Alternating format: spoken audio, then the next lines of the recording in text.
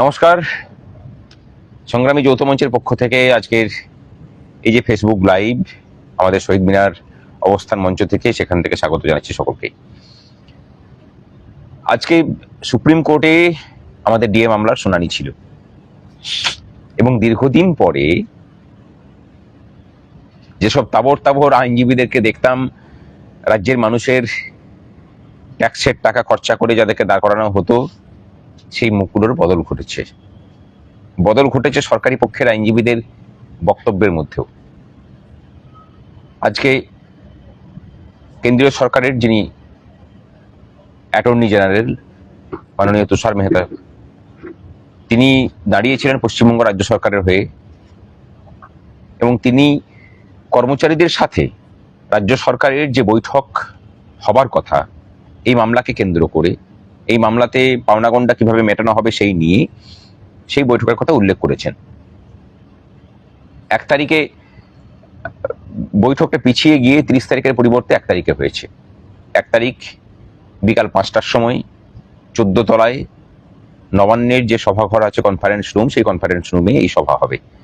মামলাকারী 4টি সংগঠন, তাদের 3 জন করে প্রতিনিধি এই আলোচনা সভায় উপস্থিত থাকবেন। আজকে শুনানি চলাকালীন একটা বিষয় আমরা বুঝতে পারলাম যে সরকার পক্ষ অফিসিয়ালি যে স্ট্যান্ড সুপ্রিম কোর্ট আজকে পেশ করেছেন, সেখানে কিন্তু আমূল বদল আমরা লক্ষ্য করতে পেরেছি। এটা নিশ্চয়ই কর্মচারী সমাজ দেখেছেন।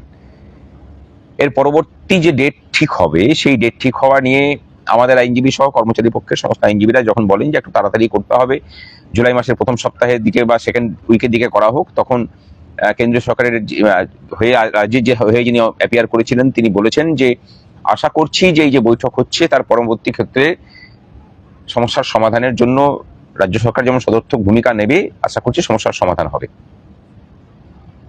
আমাদের সাথে মাননীয় মুখ্যমন্ত্রীর আনঅফিসিয়ালি কথাবার্তা হয়েছিল। তিনি বলেছিলেন যে আমাকে একটু সময় দিন, কর্মচারীদের কোনো অভাব অভিযোগ আমি রাখতে দেব না। এই আন্দোলনের সাথে আমিও সংযুক্ত ছিলাম, আছি, সুতরাং আপনাদের বিষয় সমস্তটাই জানি।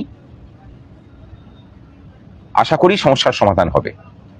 আমরা একটা পজিটিভ আউটলুক নিয়ে আগামী 1 তারিখের বৈঠকে যাব এবং আজকে যে শুনানি হয়েছে সেই শুনানিতে বিভিন্ন পক্ষ যে বক্তব্য রেখেছেন, সেখানে সংগ্রামী যৌথ মঞ্চের পক্ষ থেকেও নচিকেতা যোশীজি ছিলেন, তিনি কথা বলেছেন। আশা করি যে পরবর্তী ক্ষেত্রে যে শুনানি হবে, সেই শুনানির আগে খুব বেশি অভিযোগের জায়গা অন্তত সুপ্রিম কোর্টে কর্মচারী সমাজ যাতে পেশ করতে সুযোগ না পায়, তার বন্দোবস্ত রাজ্য সরকার করবেন। প্রচুর ঘাটতি আগে সরকার করে দিয়ে গেছে। হিসেবের যে গোলমাল করেছে, কোয়ান্টিফিকেশনের যে দায়িত্ব, মোট কত খরচা হবে, কোন কর্মচারীর কত বকেয়া, সেই দায়িত্ব কিন্তু সুপ্রিম কোর্ট রাজ্য সরকারের অর্থ দপ্তরের হাতে দেয়নি। এটা দেওয়া ছিল ইন্দু মালহোত্রা কমিটি, মাননীয় বিচারপতি ইন্দু মালহোত্রা কমিটির কাছে। যখন রাজ্য সরকারের অর্থ দপ্তর, বিদায়ী রাজ্য সরকারের অর্থ দপ্তর সমস্ত দায় দায়িত্ব নিয়ে পড়ে এই কাজটা করে পড়ে একদম জগা খিচুড়ি পাকিয়ে ঘেঁটে ঘ করে দিয়েছিলেন, তখন আমরা ইন্দু মালহোত্রা কমিটির কাছে আমরা চিঠি লিখে বলেছিলাম যে এরকম হিসেবে গোলমাল হয়েছে, আপনারা বিষয়টা দেখুন এবং আপনাদের উপরেই যেহেতু এই হিসেবটা করার দায়িত্ব দেওয়া হয়েছিল, কোয়ান্টিফিকেশনের দায়িত্ব, সুতরাং আপনারা দায়িত্ব নিয়েই কোয়ান্টিফিকেশনের কাজটা করুন। তারা তখন একটা চিঠি লিখে বলেন যে আপনারা কোন ফর্মুলাতে হিসেব হওয়া উচিত সেটাকে এভিটিপিট আকারে জমা করুন এবং আমরা সমস্ত কিছুটা কাজ করে আমাদের সিনিয়র আইনজীবী মাননীয় গোপাল সুব্রমণিয়ামজিকে দিয়ে সমস্তটাকে ভেটিং করিয়ে সেটাকে আমরা এভিটিপিট আকারে জমা করেছি এই মাসেরই গত 5 তারিখে, অর্থাৎ যেদিন রাজ্যে ফল ঘোষণা হচ্ছে।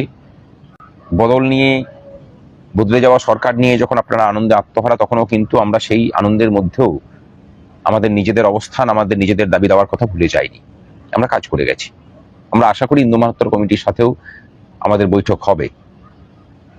তার আগে চাই যে আগামী 1 তারিখের যে বৈঠক, সেই বৈঠক ফলপ্রসূ হোক, সরকার সদর্থক পদক্ষেপ গ্রহণ করুক, সকল স্তরের কর্মচারীদের যে বকেয়া, সেই বকেয়া মেটানোর জন্য পদক্ষেপ গ্রহণ করুক এবং এই বৈঠক শুধুমাত্র এই ডিএ মামলা কেন্দ্রিক না হয়ে আমাদের অন্যান্য যে দাবি দেওয়া, শূন্য পদে নিয়োগের যে রূপরেখা, সেগুলোকে নিয়ে, অস্থায়ী কর্মচারীদের যে দুর্দশা, সেই কথাগুলোকেও যেন বলার অবকাশ আমরা পাই, সেই আবেদনই সরকারের কাছে আমরা রাখছি।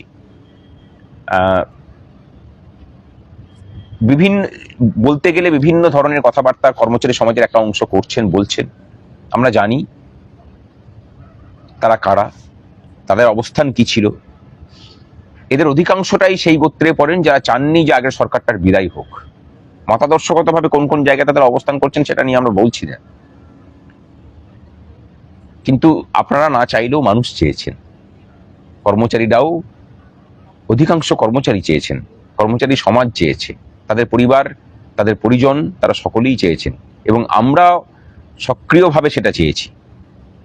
কোন রাজনৈতিক দল আসবে সেটা না চাইলেও আগের সরকারের বিদায় অন্তত চেয়েছে নিজেদের পেশাগত স্বার্থে, ভবিষ্যৎ প্রজন্মের শিক্ষার অধিকারের সুরক্ষিত করার স্বার্থে, তাদের সরকারি চাকরিতে তাদের যোগদানের অধিকারকে সুরক্ষিত করার স্বার্থে, অস্থায়ী কর্মচারীদের জীবন যন্ত্রণা দূরীকরণের স্বার্থে।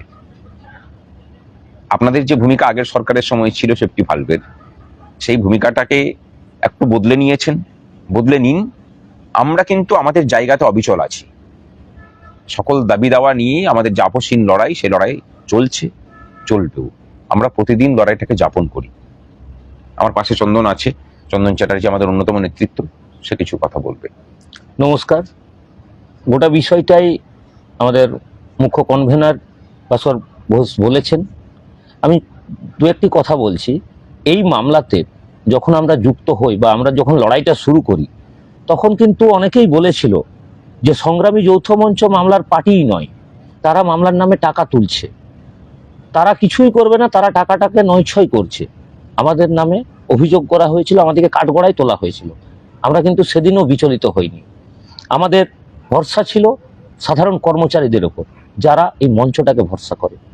আজকে সংগ্রামী যৌথ মঞ্চের পালকে আরেকটি মুকুটে আরেকটি পালক সংযোজন হয়েছে।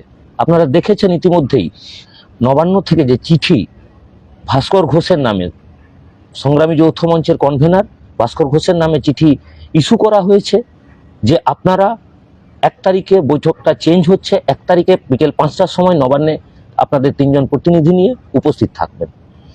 অনেকে যখন মুখ্যমন্ত্রী প্রথম বলেছিলেন যে 4টি সংগঠনকে ডাকা হচ্ছে, তার মধ্যে সংগ্রামী যৌথ মঞ্চের নাম শুনে অনেকেই গেছিলেন, কিন্তু যে সংগ্রামী যৌথ মঞ্চ পার্টি নয়, এখনো পিছনে সংগ্রামী যৌথ মঞ্চের পিছনে লাগতে চেষ্টা করেছিলেন, যে এরা পার্টি নয়, এদেরকে কেন ডাকা হয়েছে।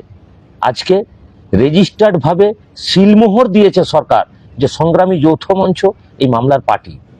আমরা ভরসা রাখি সরকার যেভাবে আমরা চেয়েছিলাম কর্মচারী শক্তিটাকে একত্রিত করতে, কোন দল পশ্চিমবঙ্গের ক্ষমতায় থাকবে এটা আমাদের কোনোদিনই লক্ষ্য ছিল না।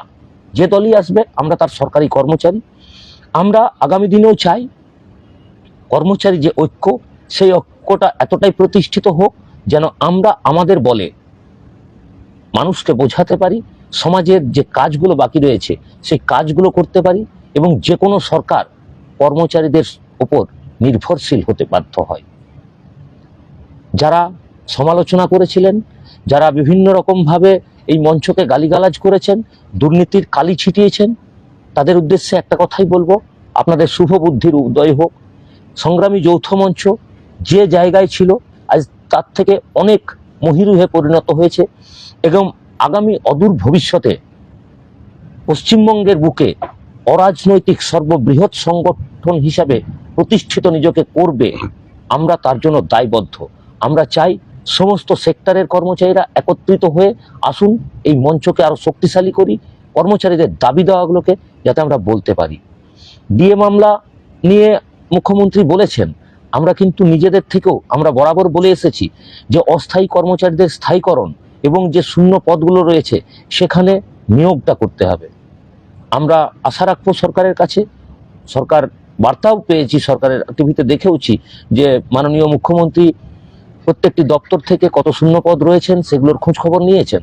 আমরা আশা রাখবো অস্থায়ী যারা আছে, বিভিন্ন যন্ত্রণায় ভোগ করছে, তাদের বেতন কাঠামোটাকে সঠিক করুন, এবং তাদের আগামী দিনে যাতে তারাও পশ্চিমবঙ্গের সরকারি কর্মচারী হয়ে এই সরকারটাকে এগিয়ে নিয়ে যেতে একদম ভেতর থেকে কাজটা করতে পারে, এই ইচ্ছায় তাদের সেই বেতন কাঠামোটাকে সক্রিয় করুন এবং শূন্য পদগুলোকে নিয়োগ করুন।